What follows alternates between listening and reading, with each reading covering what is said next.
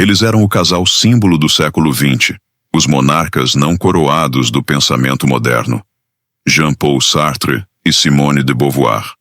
Os seus nomes, sozinhos, evocam imagens de cafés parisienses esfumaçados, de debates acalorados sobre o destino da humanidade, de golas rolê pretas e da aura de uma seriedade intelectual quase sagrada. Ele, o filósofo de o ser e o nada, o homem que nos legou a frase sísmica de que estamos condenados a ser livres, forçados a inventar nosso próprio significado em um universo indiferente. Ela, a autora de O Segundo Sexo, a obra que se tornou a Bíblia do feminismo da segunda onda, a mulher que proferiu a verdade revolucionária. Não se nasce mulher, torna-se mulher. Juntos eles eram mais do que um casal. Eram um projeto, um pacto filosófico de liberdade mútua que desafiava de frente todas as convenções burguesas da época. Seu famoso relacionamento aberto, com seu amor necessário e seus amores contingentes, era, em si, um escândalo e uma inspiração, um farol para aqueles que buscavam viver uma vida autêntica. Mas, e se eu lhe dissesse que por trás dessa fachada de liberdade radical e honestidade brutal se escondia um padrão sistemático de predação? E se eu lhe contasse que esse pacto de liberdade, celebrado por tantos, era frequentemente construído sobre a exploração da juventude, da admiração e da vulnerabilidade de suas próprias alunas? Hoje, vamos abrir as cartas, os diários e os testemunhos outrora secretos para revelar o escândalo que o mito Sartre-Beauvoir tentou ofuscar. Uma dinâmica de abuso de poder e aliciamento, ou grooming, que, sob a ótica do século XXI, lança uma sombra profunda e perturbadora sobre seus legados, forçando-nos a fazer a mais difícil das perguntas. Podemos separar a filosofia do filósofo? Se você está pronto para questionar os ídolos, para entender que os grandes pensadores são, muitas vezes, feitos da mesma argila falha e contraditória que o resto de nós, você está no lugar certo. Este é o canal Sofocine. Antes de dissecarmos este capítulo sombrio e complexo da história intelectual, peço que você se junte à nossa comunidade de pensadores críticos. Inscreva-se no canal, deixe o seu like para que esta discussão chegue a mais pessoas e compartilhe este vídeo. A história que vamos contar hoje é crucial para um debate honesto sobre como lidamos com os legados manchados dos gigantes que nos puseram sobre seus ombros. Para entender a profundidade da transgressão, para sentir o peso do que foi feito, precisamos primeiro entender a natureza do pacto. Em 1929, Paris era o centro do mundo intelectual. Jean-Paul Sartre, então com 24 anos, um jovem feio, baixo, estrábico, mas possuidor de uma inteligência fulminante e de uma confiança arrogante, preparava-se para o ultracompetitivo exame de filosofia da Aggregation. Foi nesse ambiente de intensa pressão acadêmica que ele conheceu Simone de Beauvoir, com 21 anos, uma estudante brilhante de uma família burguesa e católica, mas que já se rebelava contra os valores de seu meio. A conexão intelectual entre eles foi instantânea, total e avassaladora.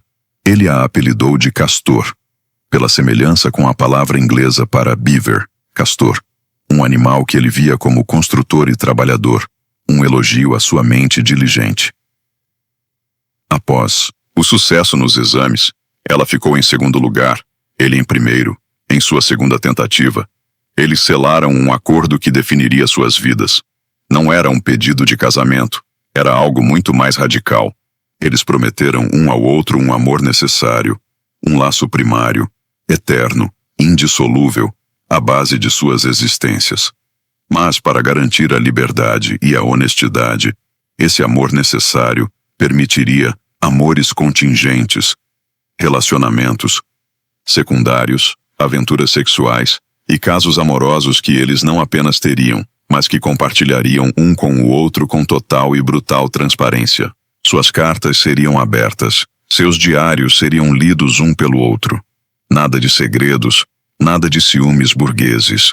Era um arranjo revolucionário para a época, uma tentativa de viver a filosofia existencialista em sua forma mais pura. Criar suas próprias regras, inventar seu próprio modelo de relacionamento, livres da hipocrisia e das amarras do casamento tradicional. Em teoria, era um pacto entre dois intelectuais iguais. Na prática, como a história viria a revelar, a dinâmica de poder era muito mais complexa e, eventualmente, predatória. A controvérsia central, a ferida purulenta no coração do mito, não reside no fato de terem um relacionamento aberto. A poligamia ou o poliamor, quando praticados entre adultos consententes e em pé de igualdade, são uma escolha de vida. A questão fundamental, que representa o ponto de tensão de nossa análise, é com quem eles tinham esses amores contingentes.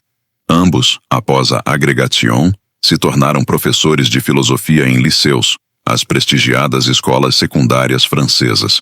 Eles tinham uma posição de imensa autoridade, de poder institucional e de prestígio intelectual sobre seus alunos. Jovens mentes impressionáveis, muitas vezes na casa dos 16, 17 ou 18 anos, que os viam não apenas como mestres, mas como ídolos, como guias para um mundo de ideias e liberdade. E foi precisamente nesse terreno fértil de admiração, dependência e desequilíbrio de poder que eles encontraram suas presas. O padrão, que se repetiu com uma consistência quase ritualística ao longo dos anos, era perturbador. Tipicamente, Simone de Beauvoir, a professora carismática, elegante e brilhante, identificava e se aproximava de uma de suas alunas mais jovens, talentosas e muitas vezes vulneráveis. Ela iniciava um relacionamento intenso, uma amizade que rapidamente se aprofundava, mesclando o intelectual, o emocional e frequentemente o físico. Eram jovens como Olga Kozakiewicz, uma estudante de origem russa, bela e volátil, por quem Beauvoir desenvolveu uma obsessão que beirava a adoração. Eram jovens como a irmã mais nova de Olga, Wanda. Eram jovens como Natalie Sorokine e Bianca Bienenfeld, ambas alunas de Beauvoir. Após estabelecer esse laço íntimo de confiança e sedução, Beauvoir as introduzia em seu círculo íntimo, com Sartre. A jovem, já fascinada e emocionalmente dependente da figura de Beauvoir, era então passada para Sartre como uma oferta. O casal se referia a esses arranjos complexos como a família ou o trio. O que eles apresentavam a si mesmos e ao mundo como uma experiência libertária de poliamor era, na verdade, uma dinâmica de aliciamento, ou grooming, em sua definição mais clássica. Beauvoir, a figura feminina de autoridade, atuava como a isca, a ponte de confiança que preparava o terreno para a conquista de Sartre. Ela quebrava as defesas da jovem, criava um ambiente de intimidade e cumplicidade, e então a entregava. As cartas e diários de ambos, publicados postumamente em um ato de transparência que eles mesmos desejaram, são a prova mais contundente da natureza calculista desses arranjos. Longe de serem paixões espontâneas, esses casos eram dissecados, analisados e planejados pelo casal com a frieza de estrategistas. Eles discutiam as jovens como projetos, como espécimes a serem estudados. Analisavam suas vulnerabilidades, suas inseguranças, suas ambições familiares e intelectuais. Em uma carta a Beauvoir, Sartre descreve com um prazer quase clínico a experiência de despir uma alma jovem, de testemunhar a desintegração de seus valores burgueses sob a influência deles. Eles não viam essas alunas como iguais, mas como material para suas experiências existenciais, e não raro, como matéria-prima para sua ficção. A personagem de Yvette no primeiro romance de Beauvoir, A Convidada, 1943, é uma representação ficcional direta de Olga Kozakiewicz, retratando a turbulência que a presença da jovem causou na relação do casal protagonista. A vida delas era canibalizada, transformada em literatura, suas dores e confusões servindo de inspiração para as obras que cimentavam a fama de seus mentores. Isso era um segredo? Na época, não exatamente. No círculo intelectual parisiense da Rive Gauche, era um segredo aberto, um segredo de polichinelo. Era visto por muitos como parte da excentricidade boêmia do casal, uma manifestação de sua filosofia radical. Mas as consequências para as jovens envolvidas foram muitas vezes devastadoras e duradouras. Bianca Bienenfeld, uma de suas vítimas, que teve um relacionamento com ambos no final dos anos 1930, escreveu um livro de memórias décadas depois, em 1994, com o título cortante de Mémoires d'une jeune fille dérangée, Memórias de uma jovem transtornada. O título é uma paródia direta e amarga do famoso livro de memórias de Beauvoir, Memórias de uma moça bem comportada. No livro, Bienenfeld descreve com uma honestidade dolorosa como o relacionamento com o casal a deixou psicologicamente destruída, sentindo-se usada, manipulada e, por fim, cruelmente descartada quando eles se cansaram dela e passaram para a próxima conquista. Ela relata a pressão para se conformar aos seus desejos, o abuso emocional velado de intelectualidade e a sensação avassaladora de ser apenas um peão no jogo complexo e autocentrado do casal de filósofos. O relato de Bienenfeld é crucial, porque ele quebra o feitiço. Ele nos dá a perspectiva da contingência, da peça descartável. Ela escreve: eles me pegaram, me mastigaram e me cuspiram. Sua história não é a de uma libertação sexual ou intelectual, mas a de uma exploração profunda que a levou a anos de terapia e a uma tentativa de suicídio. E ela não foi a única. A turbulência emocional de Olga e Wanda Kozakiewicz é um tema recorrente nas biografias do casal. E aqui a história nos deixa em um ponto de suspensão, de expectativa. Como o legado de Simone de Beauvoir, a mãe do feminismo moderno, a mulher que deu às mulheres as ferramentas intelectuais para entender e combater sua própria opressão, sobrevive a essa revelação. Como podemos conciliar a autora de O Segundo Sexo com a mulher que, na vida real, atuou como cúmplice e até mesmo como agente principal na exploração de outras mulheres mais jovens e vulneráveis para satisfazer os desejos e o projeto de vida do homem com quem ela tinha um pacto? Esta é a contradição que está no coração do nosso debate de hoje. Se esta análise crítica sobre os ícones do pensamento está desafiando suas percepções e o fazendo refletir, peço novamente que apoie o nosso trabalho. Deixe seu like para que mais pessoas tenham acesso a essa discussão necessária e se inscreva no canal Sofocine para continuar questionando o mundo e seus mitos conosco. A reavaliação do legado de Beauvoir é talvez a parte mais dolorosa, complexa e necessária deste escândalo. O Segundo Sexo, publicado em 1949, é uma obra monumental, um pilar do pensamento do século XX. Sua análise da mulher como o outro em relação ao homem, o sujeito, o absoluto, sua dissecação das estruturas sociais, econômicas, mitológicas e psicológicas que constroem a feminilidade como uma condição de subordinação e não como um destino biológico, é de uma genialidade inquestionável. O livro inspirou, e continua a inspirar, gerações de feministas ao redor do mundo, e permanece uma ferramenta teórica indispensável.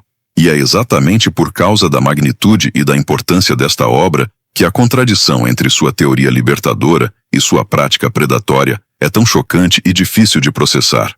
Como a mulher que escreveu com tanta eloquência sobre a importância da autonomia feminina, da reciprocidade nas relações e da luta contra a objetificação pôde participar de um sistema que minava a autonomia e objetificava suas próprias alunas, críticos e biógrafos, especialmente após a publicação póstuma de suas cartas e diários, oferecem várias interpretações, nenhuma delas totalmente satisfatória.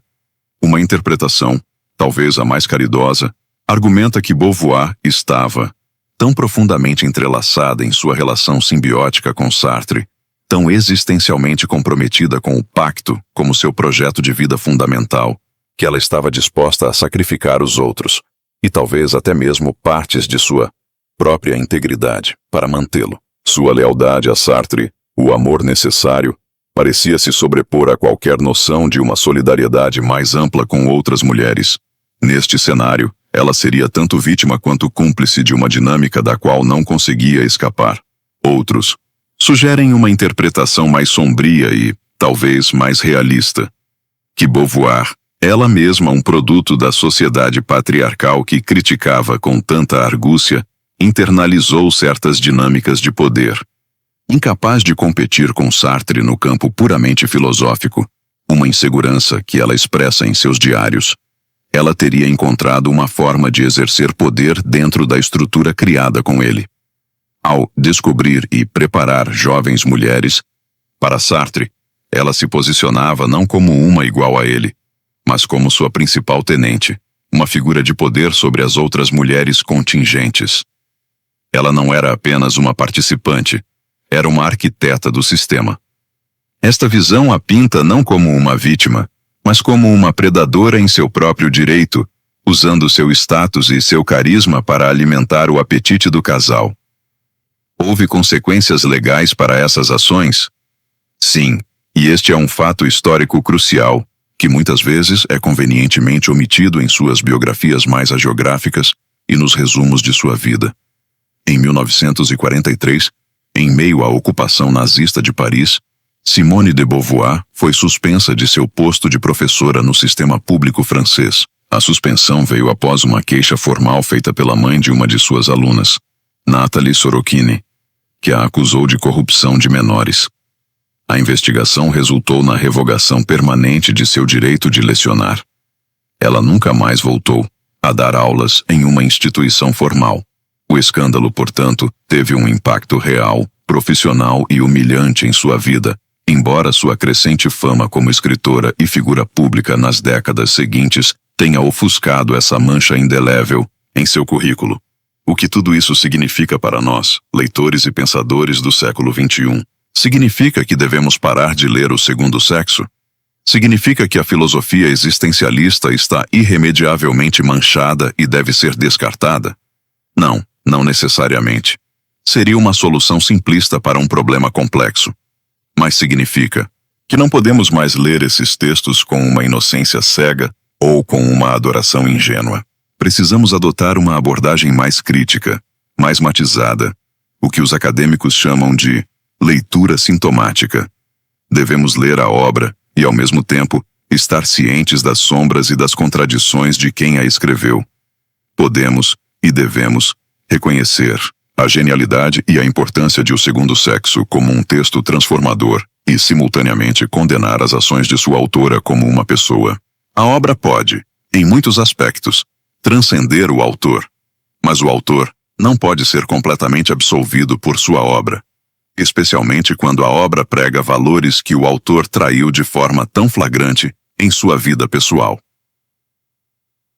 O caso Sartre-Beauvoir é um lembrete desconfortável e poderoso de que os grandes libertadores podem, eles mesmos, ser tiranos em suas vidas privadas. A liberdade que eles pregavam com tanta paixão era, muitas vezes, uma liberdade para eles, exercida às custas da liberdade e do bem-estar dos outros, especialmente daqueles em posições de vulnerabilidade.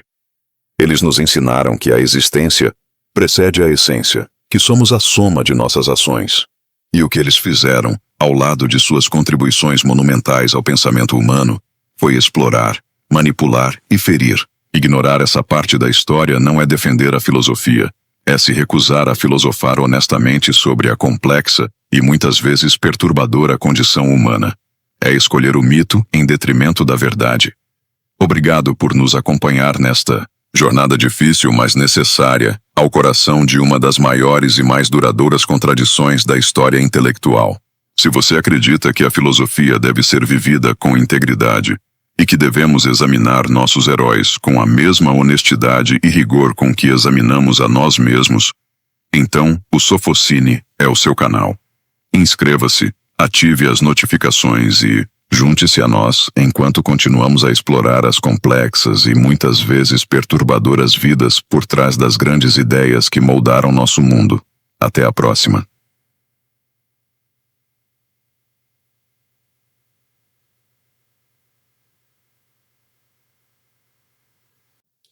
A revolta metafísica é o movimento pelo qual um homem se insurge contra a sua condição e contra a criação. Ela é metafísica porque contesta os fins do homem e da criação. O escravo protesta contra a sua condição no interior de seu estado de escravidão. O revoltado metafísico contra a sua condição na qualidade de homem. O escravo rebelde afirma que nele há algo que não aceita a maneira como seu senhor o trata. O revoltado metafísico declara-se frustrado pela criação. Tanto para um como para outro, não se trata apenas de uma negação pura e simples. Em ambos os casos, na verdade, encontramos um juízo de valor em nome do qual o revoltado se recusa a aprovar a sua condição. O escravo que se insurge contra o seu senhor não se preocupa, é bom observá-lo, em negar este senhor na qualidade de ser humano. Ele o nega como senhor. Nega que tem o direito de negar a ele, escravo, na qualidade de exigência. O senhor fracassa na própria medida em que não atende uma exigência que menospreza. Se os homens não conseguem referir-se a um valor comum, reconhecido por todos em cada um deles, então o homem se torna incompreensível para o próprio homem. O rebelde exige que esse valor seja claramente reconhecido em si mesmo, porque suspeita ou sabe que sem ele a desordem e o crime reinariam no mundo. O movimento de revolta surge nele como uma reivindicação de clareza e de unidade. A mais elementar rebelião exprime, paradoxalmente, a aspiração a uma ordem. Linha por linha, essa descrição convém ao revoltado metafísico. Este se insurge contra um mundo fragmentado para dele reclamar a unidade. Contrapõe o princípio de justiça que nele existe ao princípio de injustiça que vê no mundo. Primitivamente, nada mais quer senão resolver essa contradição, instaurar o reino unitário da justiça, se puder, ou da injustiça, se a isso for compelido. Enquanto espera, denuncia a contradição. Ao protestar contra a condição naquilo que tem de inacabado pela morte e de disperso pelo mal, a revolta metafísica é a reivindicação motivada de uma unidade feliz contra o sofrimento de viver e de morrer. Se a dor da morte generalizada define a condição humana, a revolta, de certa forma, lhe é contemporânea. Ao mesmo tempo em que recusa sua condição mortal, o revoltado recusa-se a reconhecer o poder que o faria viver nessa condição. O revoltado metafísico, portanto, certamente não é ateu, como se poderia pensar, e sim, obrigatoriamente blasfemo. Ele blasfema simplesmente em nome da ordem, denunciando Deus como o pai da morte e o supremo escândalo. Voltemos ao escravo revoltado para esclarecer a questão. Em seu protesto, ele estabelecia a existência do senhor contra o qual se revoltava. No entanto, demonstrava simultaneamente que o poder do senhor dependia de sua própria subordinação e afirmava o seu próprio poder, o de questionar permanentemente a superioridade que até então dominava. Nesse sentido, senhor e escravo estão realmente no mesmo barco. A realeza temporária de um é tão relativa quanto a submissão do outro. As duas forças afirmam-se alternativamente, no instante da rebelião, até o momento em que se confrontarão para se destruírem, e uma das duas então desaparecerá provisoriamente.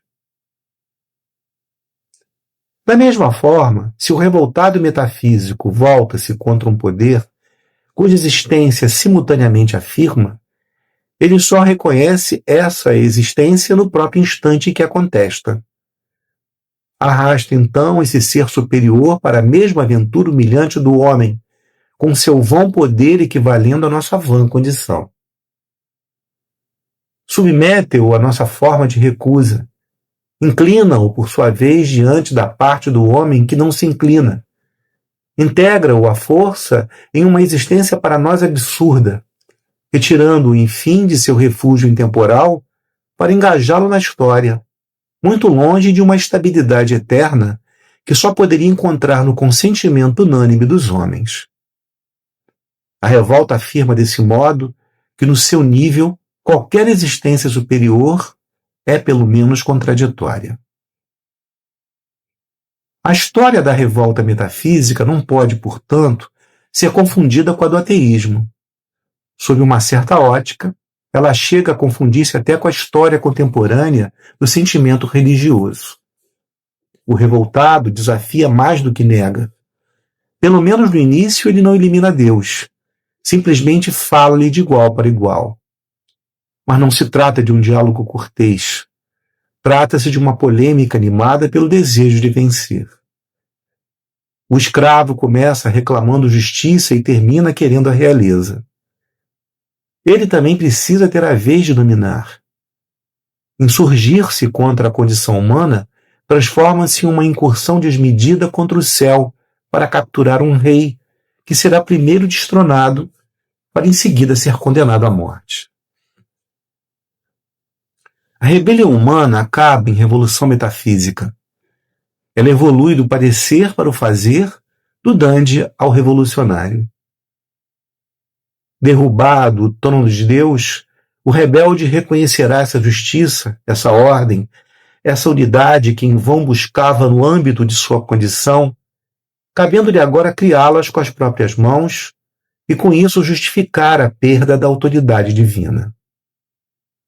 Começa então um esforço desesperado para fundar, ainda que ao preço do crime, se for o caso, o império dos homens. Isso não se fará sem consequências terríveis, da qual só conhecemos ainda algumas. Mas essas consequências não se devem absolutamente à revolta em si, ou pelo menos ela só vem à tona na medida em que o revoltado esquece suas origens. Cansa-se da dura tensão entre o sim e o não, entregando-se, por fim, à negação de todas as coisas ou à submissão total. A insurreição metafísica nos oferece, em seu primeiro movimento, o mesmo conteúdo positivo da rebelião do escravo. Nossa tarefa será examinar o que acontece com o conteúdo da revolta nas ações que acarreta e apontar o rumo a que leva a infidelidade ou a fidelidade do revoltado às suas origens.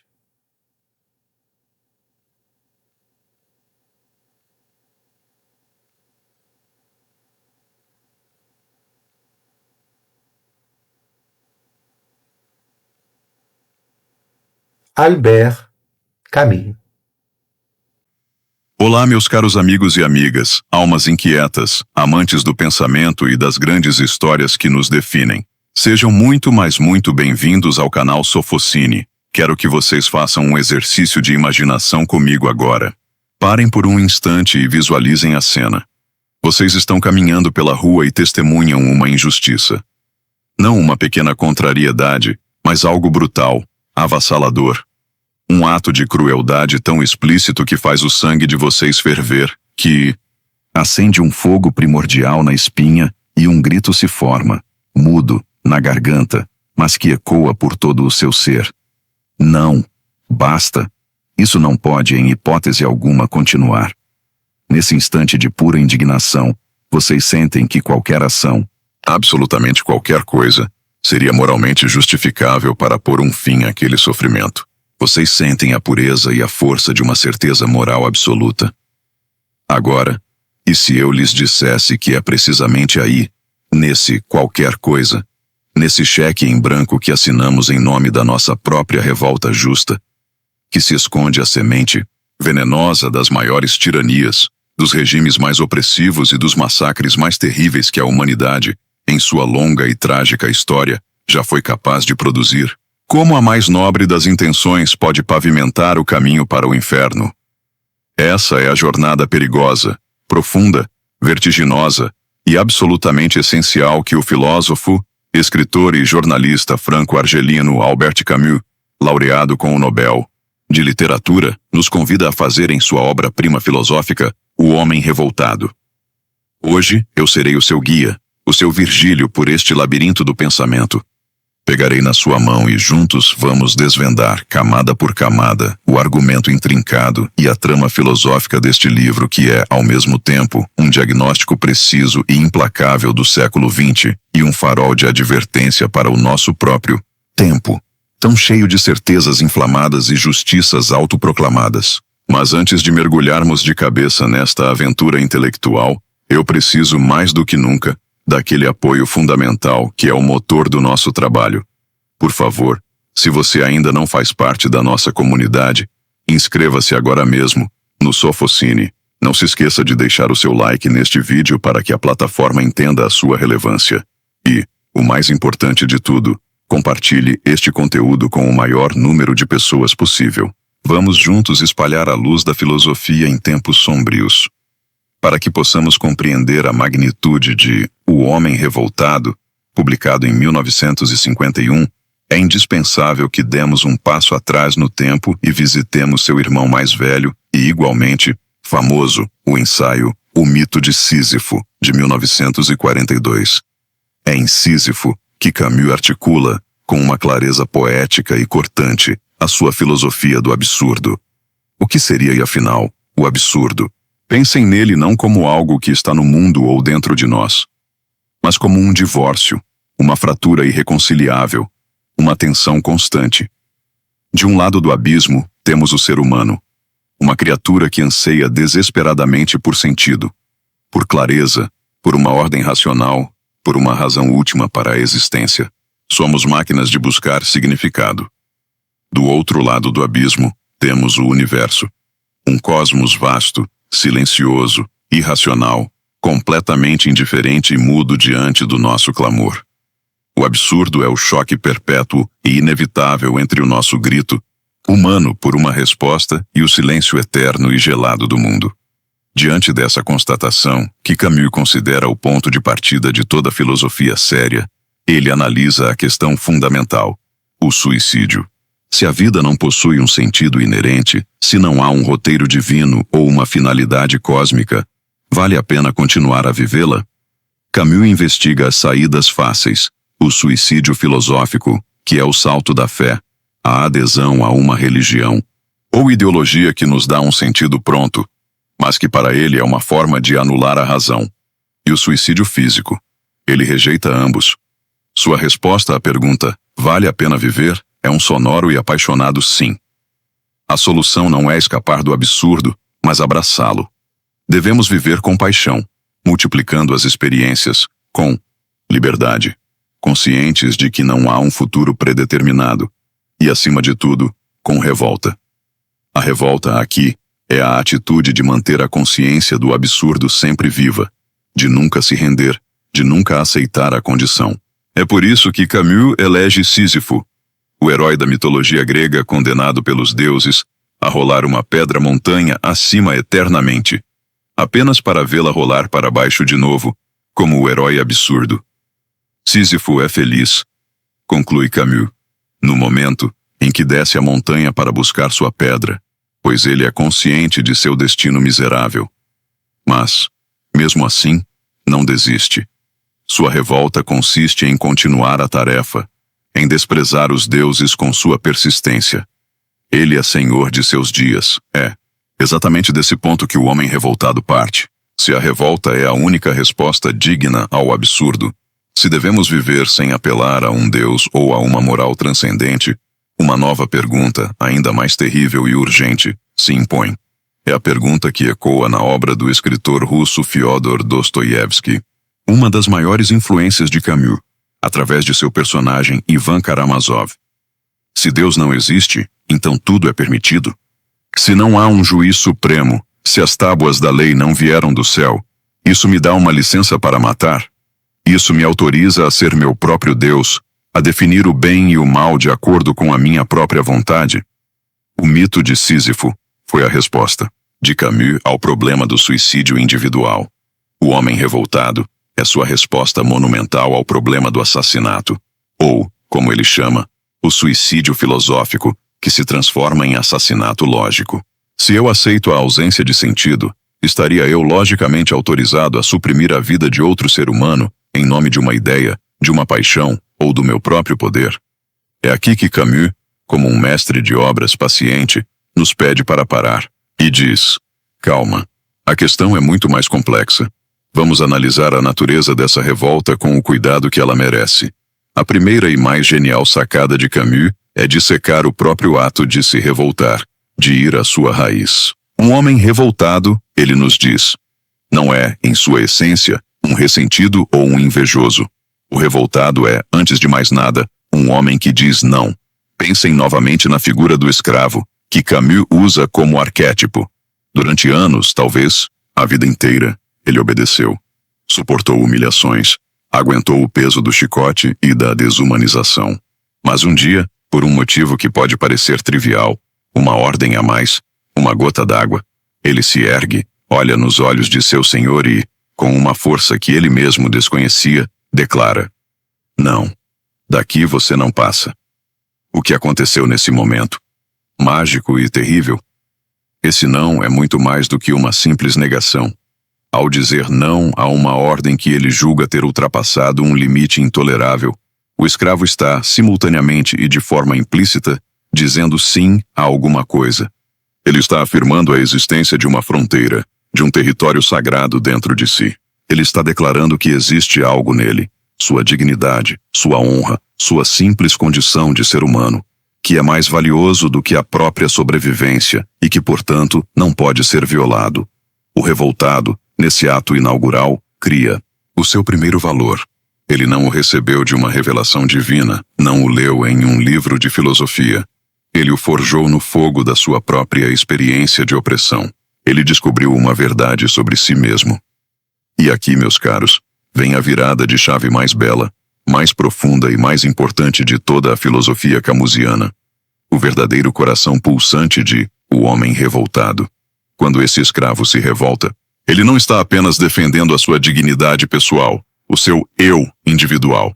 Ao se levantar, ele percebe que essa dignidade que ele defende não é um privilégio seu, mas algo que ele compartilha com todos os outros escravos, com todos os outros seres humanos que sofrem a mesma opressão. Ele está agindo em nome de um valor que transcende a sua pessoa e que ele postula como universal.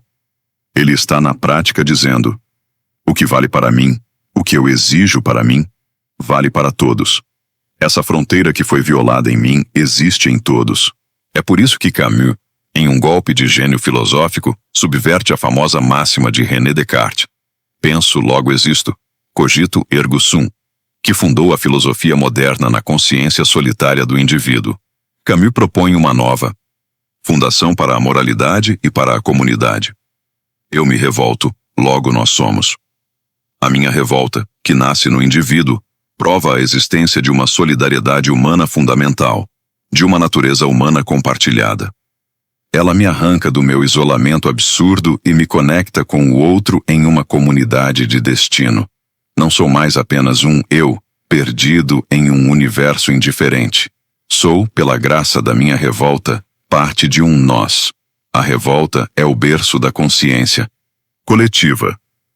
Com essa base sólida e luminosa estabelecida, Camus nos convida para a parte mais densa do livro, uma longa e fascinante viagem pela história das ideias, das artes e das revoluções. Ele vai analisar como essa fagulha pura da revolta foi, ao longo do tempo, pervertida e transformada em uma fogueira de destruição. Ele divide sua análise em duas grandes categorias: a revolta metafísica e a revolta histórica. A revolta metafísica é a rebelião do homem contra a condição humana em si. É o protesto contra Deus, contra o destino, contra a criação como ela é.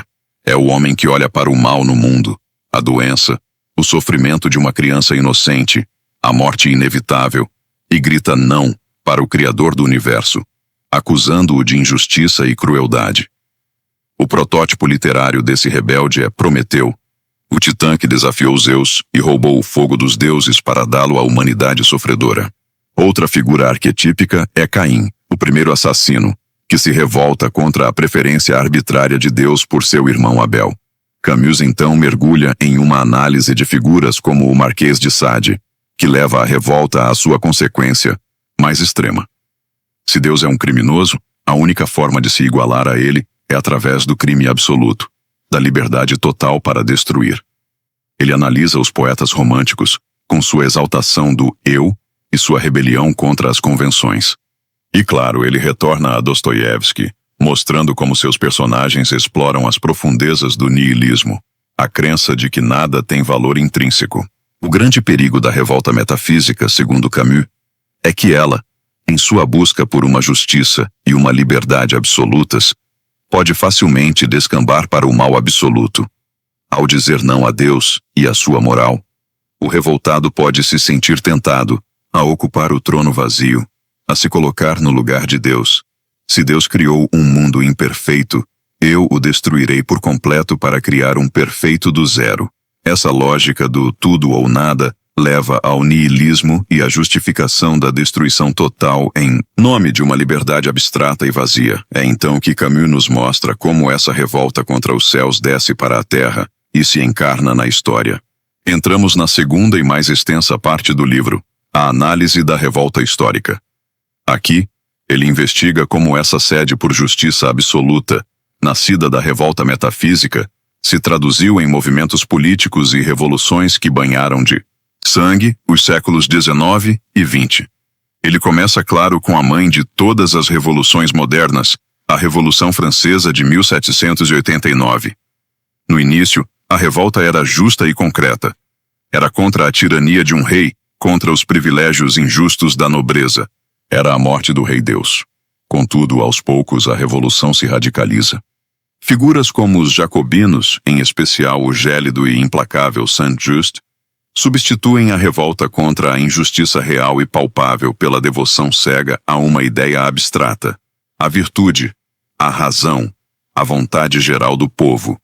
E em nome dessa virtude com V maiúsculo, qualquer um que não se encaixasse perfeitamente no molde do cidadão virtuoso era considerado um traidor, um inimigo do povo e enviado para a guilhotina.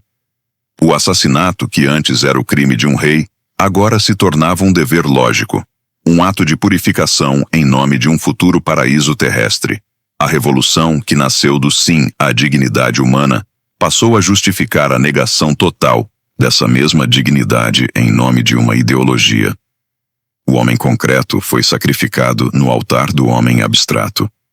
E aqui, meus amigos, chegamos ao coração do nosso desafio, ao ponto de tensão que Camus quer que enfrentemos com toda a seriedade.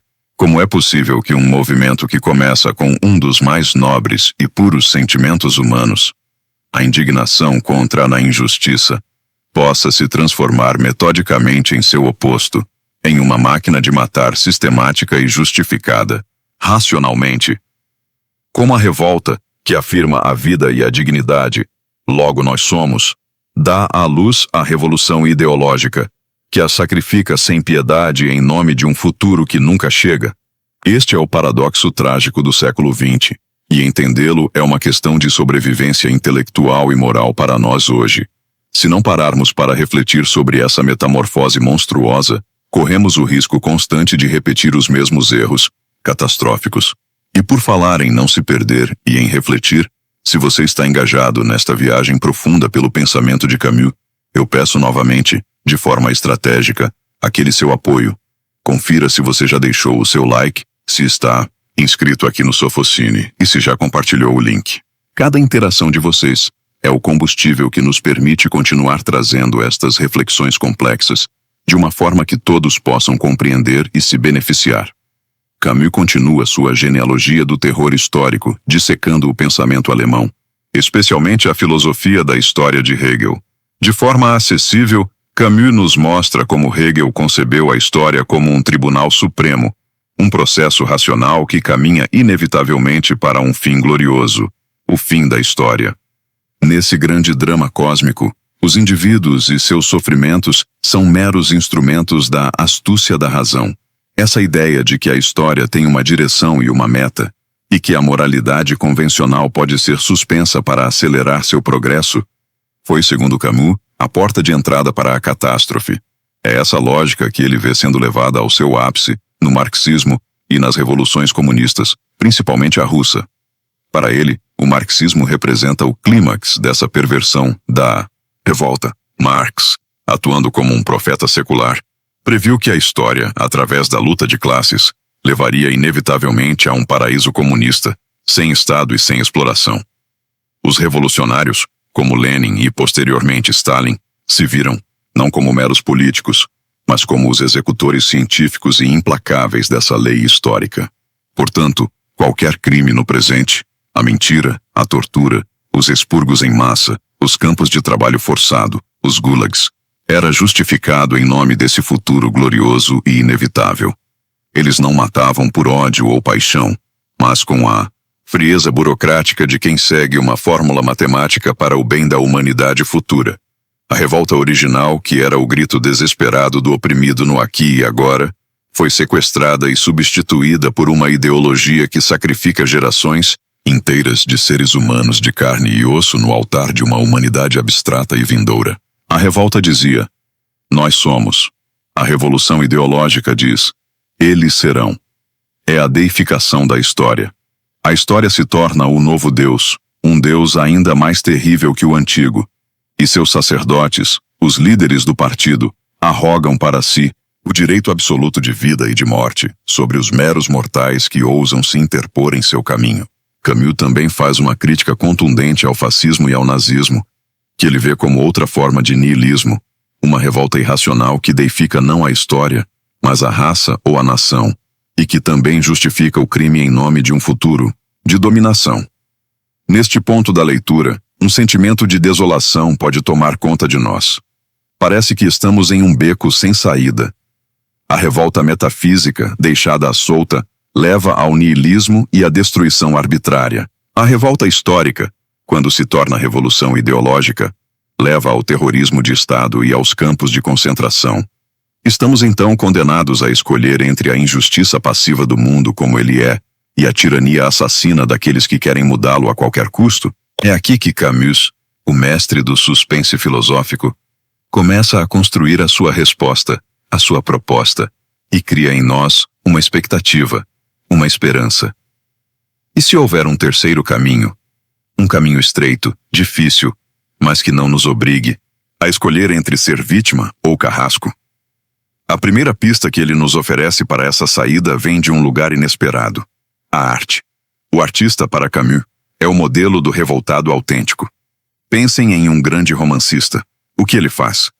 Ele olha para a realidade, que é caótica, fragmentada, cheia de eventos sem sentido, e diz não a essa desordem. Mas ele não a destrói, ele a recria. Ele seleciona, organiza, impõe um estilo, uma unidade, uma forma. Ele cria um mundo coerente e significativo dentro das páginas de seu livro. O universo de um romance como Guerra e Paz de Tolstói é um mundo que, embora fictício, possui uma unidade e um sentido que a nossa vida real raramente tem. A arte, portanto, é uma forma sublime de rebelião que não nega o mundo, mas o corrige, que não o rejeita, mas o transfigura. Ela diz sim à existência, com todas as suas cores e dores, mas se recusa a aceitar sua face absurda e caótica. O artista cria um mundo unificado, mas não exige que o mundo real se curve a ferro e fogo à sua criação. Ele nos oferece um modelo de revolta que cria sem matar, que unifica sem tiranizar. Inspirado por esse modelo da criação artística e, fundamentalmente, pela sabedoria que ele enxerga no mundo mediterrâneo, o mundo do sol, do mar, da luz, da clareza, em oposição às brumas do norte das ideologias alemãs e russas, Camus apresenta a sua grande e comovente conclusão, a pensée de midi, que podemos traduzir como o pensamento do meio-dia ou pensamento solar. O que é isso? É a filosofia da medida, do limite, do equilíbrio. O meio-dia é o momento em que o sol está a pino, as sombras são as mais curtas possíveis, e os contornos das coisas são nítidos e claros. É o oposto da noite do niilismo ou do crepúsculo das utopias. O pensamento do meio-dia é a filosofia da revolta que finalmente aprendeu a sua própria lição. A revolta autêntica, aquela do escravo que diz não, é aquela que compreende que deve impor limites a si mesma. Ela luta pela justiça relativa no presente, e não pela justiça absoluta em um futuro utópico e inalcançável. O pensamento do meio-dia reconhece a nossa condição humana. Somos finitos, somos imperfeitos, não somos deuses. Portanto, não podemos almejar uma perfeição absoluta na Terra, pois isso exigiria a destruição de tudo o que é imperfeito, ou seja, de tudo o que é humano. A verdadeira revolta luta por mais justiça, não pela justiça total. Luta por mais liberdade, não pela liberdade total. Ela entende que a vida é um equilíbrio tenso e permanente entre o sim e o não. Eu digo não à opressão, mas digo sim à humanidade do meu opressor. Pois no momento em que eu o desumanizo para justificar sua eliminação, eu me torno exatamente aquilo que eu combatia.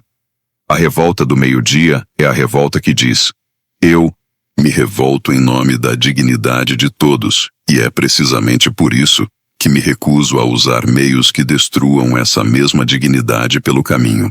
Ela rejeita categoricamente a máxima de que os fins justificam os meios. Para Camus, os meios devem desde já conter em si os fins que se almeja. Não se constrói uma sociedade justa sobre uma montanha de cadáveres. Não se alcança a liberdade através da tirania. Portanto, o homem revoltado é, em última análise, um apelo apaixonado e racional à moderação, ao diálogo, à solidariedade concreta e à responsabilidade individual e coletiva. É um livro que serve como uma vacina poderosa contra todos os fanatismos e todas as ideologias que prometem o paraíso na Terra, pois essas promessas grandiosas são, invariavelmente, o passaporte para o inferno. Camus não nos oferece uma solução fácil, um programa político de 10 pontos, um manual de instruções. Ele nos oferece algo muito mais valioso, uma bússola moral para nos ajudar a navegar em um mundo sem garantias divinas. A resposta à injustiça não está na resignação covarde, o conformismo, nem na destruição total em nome de uma utopia, a revolução ideológica. A resposta está na tensão constante, corajosa e lúcida da revolta. A luta diária, difícil e sem garantias de vitória final, por um pouco mais de decência, um pouco mais de beleza, um pouco mais de solidariedade, aqui e agora. E tudo isso, baseado naquele único valor sólido que a revolta nos revelou desde o início: a nossa humanidade compartilhada. O nós somos é o nosso único chão firme em um universo absurdo. A única pátria que nos resta, essa, meus caros amigos e amigas, é a grandiosa, desafiadora e ainda hoje urgentíssima mensagem de O Homem Revoltado. Uma obra que nos ensina a ser rebeldes com causa, mas também com limites. É uma filosofia para adultos, para aqueles que aceitam a trágica complexidade do mundo sem jamais abandonar a nobre luta por torná-lo um lugar um pouco mais digno para todos. E essa é apenas uma das incríveis jornadas que a filosofia e o cinema podem nos proporcionar. Se você chegou até aqui, se sentiu o impacto e a relevância dessas ideias, eu o convido a continuar essa exploração conosco. Inscreva-se agora mesmo no canal Sofocine, ative as notificações para não perder nenhuma de nossas próximas análises e mergulhe de cabeça em nosso acervo. Há muitos outros pensadores, cineastas e obras esperando para desafiar, inspirar e enriquecer a sua visão de mundo. Muito obrigado pela sua valiosa companhia e até a nossa próxima viagem filosófica.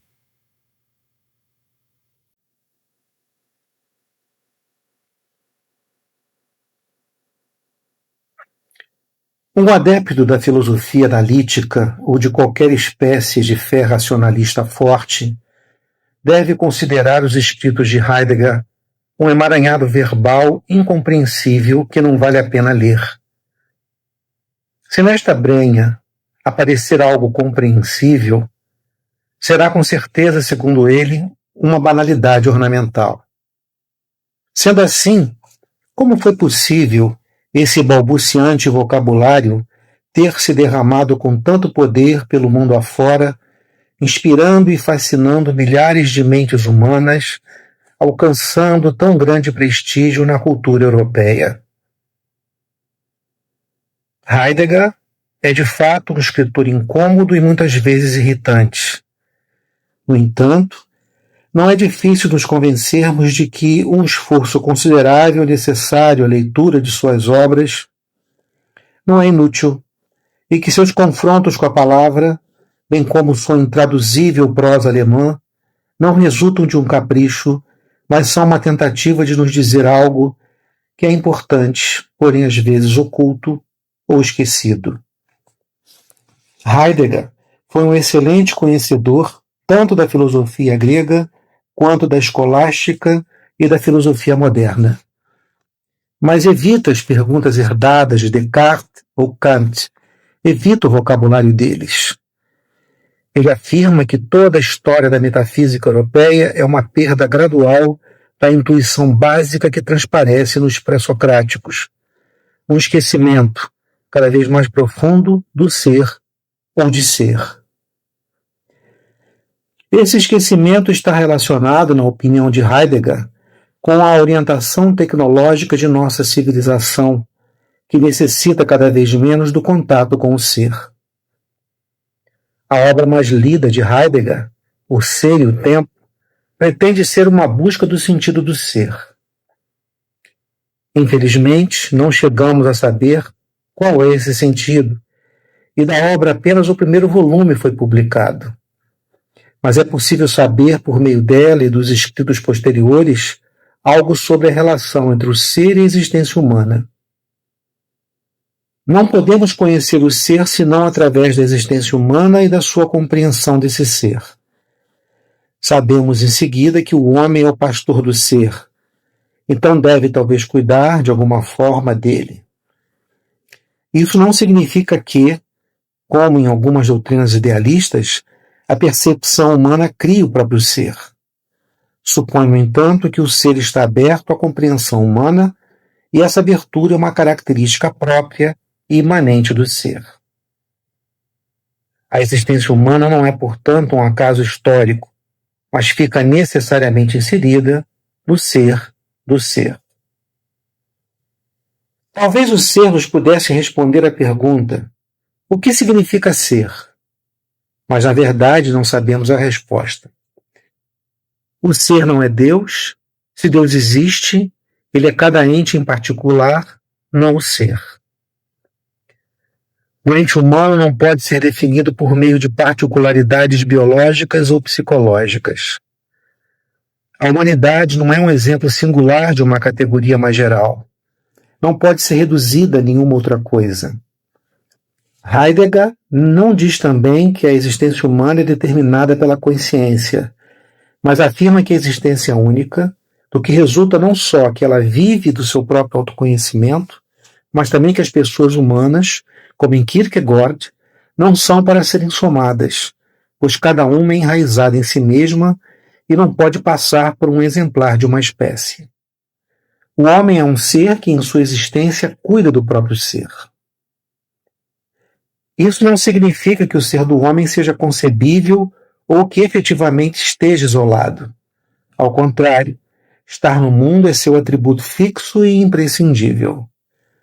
Não tem sentido, portanto, perguntar se o mundo existe ou julgar como Kant que é um escândalo a falta de provas incontestáveis da existência do mundo.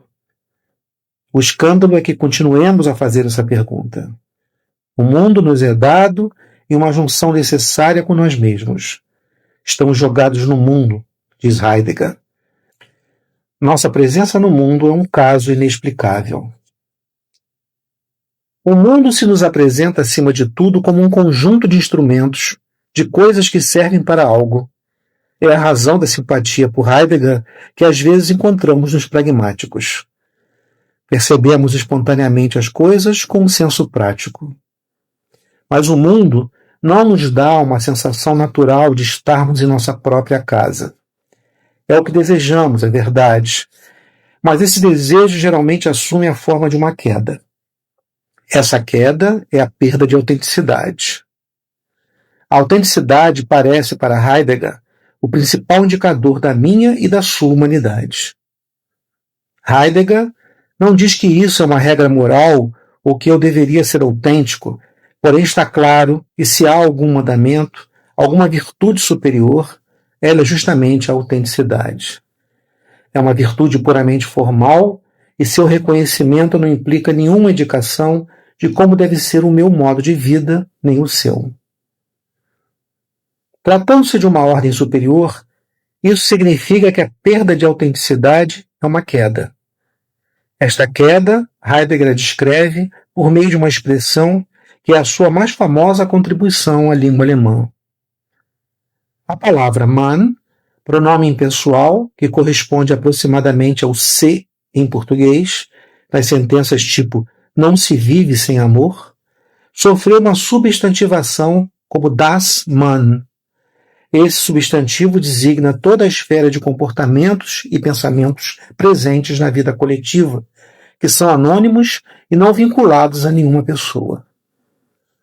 A tentação de adentrarmos no se, a vontade de diluirmos a própria pessoa no anonimato do costume, na multidão, de perdermos, portanto, a autenticidade, denuncia nosso medo de sermos nós mesmos.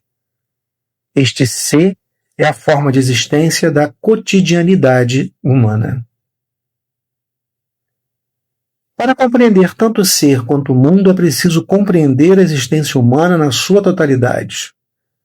Na sua totalidade quer dizer também com seu inevitável fim, com a morte. O homem é um ser para a morte. Não é uma afirmação trivial, baseada numa experiência comum, a de que todos os homens são mortais. É uma afirmação empírica que se comprova sem exceção, mas em que não há nenhuma necessidade. Ser para a morte faz parte da constituição da nossa existência. Nesse sentido, não se pode falar da morte das outras criaturas. Elas são simplesmente mortais biologicamente, não ontologicamente. Assim como a existência, a morte é própria de cada um. Mas geralmente não queremos enfrentar essa caminhada para a morte como um destino apenas nosso, exclusivo, implantado só na nossa existência. Isso não permite que surja em nós a coragem de ter medo da morte. Isso é uma fuga da realidade. Não é o homem, parece dizer Heidegger, é você quem encaminha para a morte.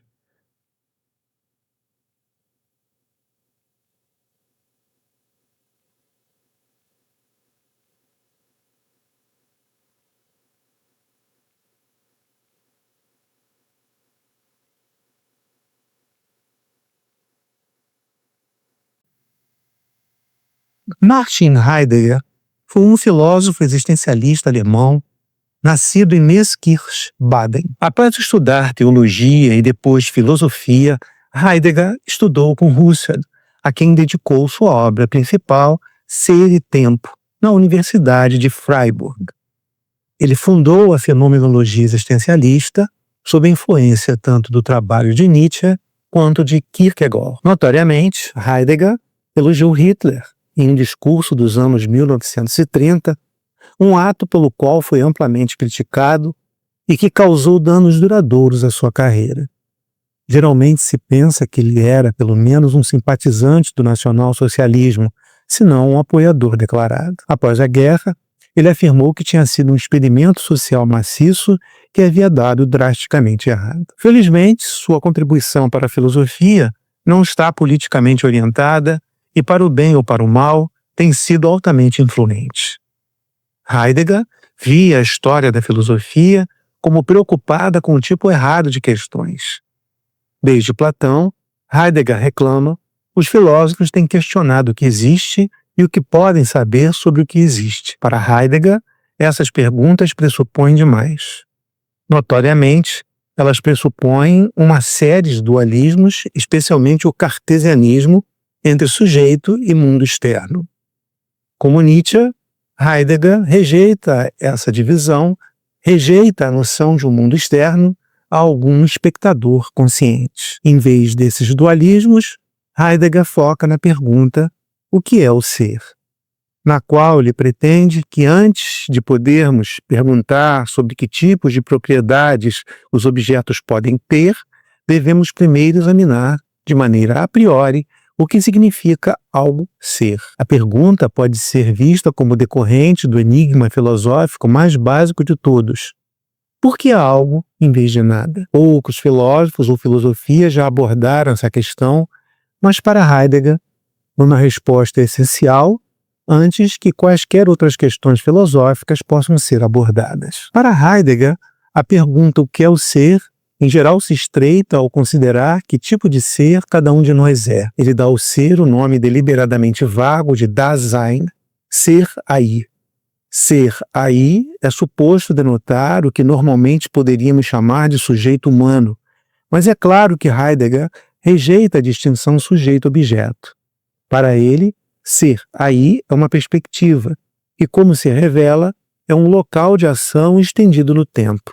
Em resumo, o Dasein é uma perspectiva de onde a ação se origina. Na fenomenologia de Heidegger, a primeira compreensão que o Dasein tem dos objetos não é de coisas materiais, determinadas e independentes, a serem medidas, analisadas e classificadas. Pelo contrário, a primeira compreensão do Dasein das coisas é como ferramentas. Se são úteis, se algo pode ser feito com elas, e em caso afirmativo, o quê? E quanto à compreensão do Dasein em si mesmo? Heidegger insiste que o que é característico do Dasein, como fenômeno temporal e autoconsciente, é que ele conhece o próprio destino. O Dasein sabe que é finito e mortal. Isso gera o que ele chama de angústia. Mas é somente na consciência completa e intransigente de nossa própria imortalidade que a vida pode adquirir qualquer significado propositado, insiste Heidegger. Devidamente compreendida, a autoconsciência leva à autenticidade de uma vida criada do nada, diante do medo, referindo-se apenas aos próprios propósitos deliberados. Consequentemente, na visão de Heidegger, a pergunta de por que há algo em vez de nada volta à escolha do ser aí. O Dasein escolhe criar algo a partir do nada, e assim, sem o Dasein, segundo Heidegger, não haveria nada. Devido à linguagem obscura e conceitos frequentemente indefinidos que Heidegger utiliza, não fica claro se a tese é realmente apenas que sem a autoconsciência não haveria ninguém para estar ciente da existência de qualquer coisa. Isso não é uma posição que Heidegger costuma adotar, pois mostraria que sua rejeição anterior da distinção mente e mundo havia sido pressuposta o tempo todo. No entanto, não está claro que outro sentido podemos atribuir à proposta de Heidegger.